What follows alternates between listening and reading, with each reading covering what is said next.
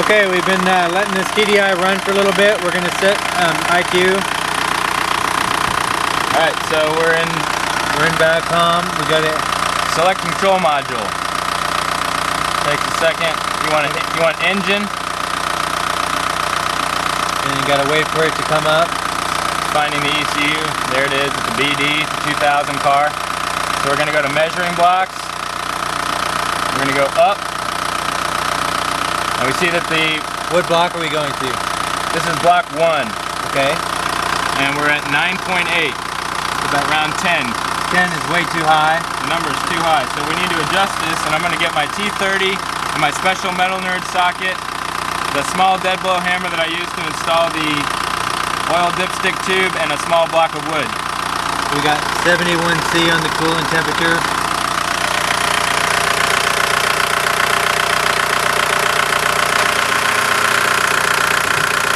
Alright, we're just going to loosen these a smidge. You don't want it too loose because you only want it to be able to move just a tiny amount. It's like just a few thousandths of an inch. It's a really small amount. It's going to be small enough to where you're really not going to even see it. The only way that you're going to see it is in BACOM. So just loosening the screws brought it down from 10 down to 8. So you see a little tiny hammer, and he's knocking it away from the timing belt just a tiny bit until we bring that number down.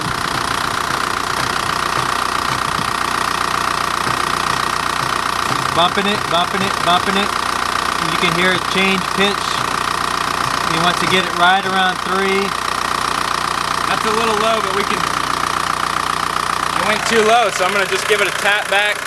So and now we're back up at 2.4. That's perfect. 2.4. We're just going to snug all this stuff back down evenly. Just kind of go around and hit all these. And if you'll notice that as I tighten these, that number's changing. So he's tightening 1.4, just that little tiny turn I did on the special screw. Now I'm turning the other one, it's back up to 2.4. When you turn one on the opposite end, it's going to drop down again probably.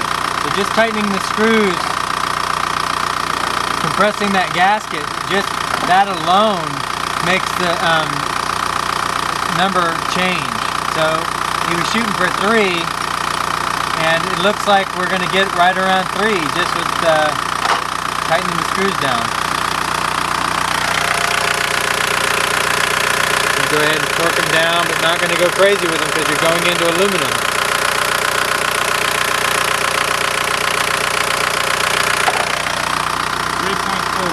It's pretty much right where you want it.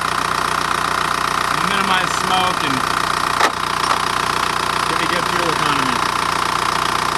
So we're done. That's it. We'll go for a test drive and see how it runs. And probably want to, at this point, use your brake clean and clean all the unions that you separated. You want to make sure after you go for a test drive that you have no more leaks. And degreasing all these unions with the brake clean is a good idea to make sure, so you can see a leak if there is one. You also want to make sure and put that upper timing cover back on the timing belt before you go for a drive.